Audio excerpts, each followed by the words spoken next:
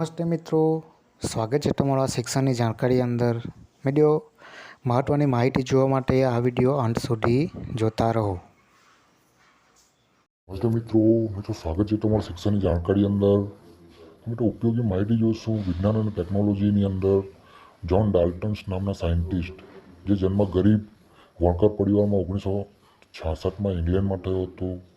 તેમણે 12 વર્ષની ઉંમરે એક શિક્ષક તરીકે પોતાની કારકિર્દીની શરૂઆત કરેલી. 7 વર્ષ બાદ તે શાળાના આચાર્ય બન્યા અને 1793ની અંદર ડાલ્ટનને કોલેજમાં ગણિત, ભૌતિક વિજ્ઞાન, રસાયણ, મેથ્સ, ફિઝિક્સ એન્ડ કેમિસ્ટ્રી ભણાવવા માટે માન્ચેસ્ટર છોડ્યું હતું.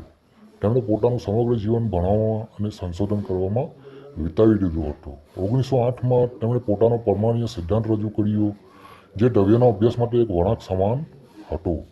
મિત્રો, ડાલ્ટનના પરમાણ્વીય સિદ્ધાંતના આધારે તમામ દ્રવ્યો, પછી તે તત્વો હોય, સંયોજન હોય કે મિશ્રણ હોય, દરેક પરમાણુ તરીકે ઓળખાતા સૂક્ષ્મ કણોના બનેલા હોય છે. આ સિદ્ધાંતની અવધારણા નીચે મુજબ દર્શાવી છે. એમ ડાલ્ટને કહેલું, તમામ દ્રવ્યો પરમાણુ તરીકે ઓળખાતા અતિ સૂક્ષ્મ કણોના બનેલા હોય છે, જે રાસાયણિક પ્રક્રિયામાં ભાગ લે છે. પરમાણુ અવિભાજ્ય કણ છે, જેનો રાસાયણિક પ્રક્રિયા દરમિયાન સર્જન કે નાશ કરી શકાતો નથી. એક જ તત્વના પરમાણુના દર, રાસાયણિક ગુણધર્મો સમાન હોય છે. જુદા જુદા તત્વોના પરમાણુનો દર અને રાસાયણિક ગુણધર્મો જુદા જુદા હોય છે.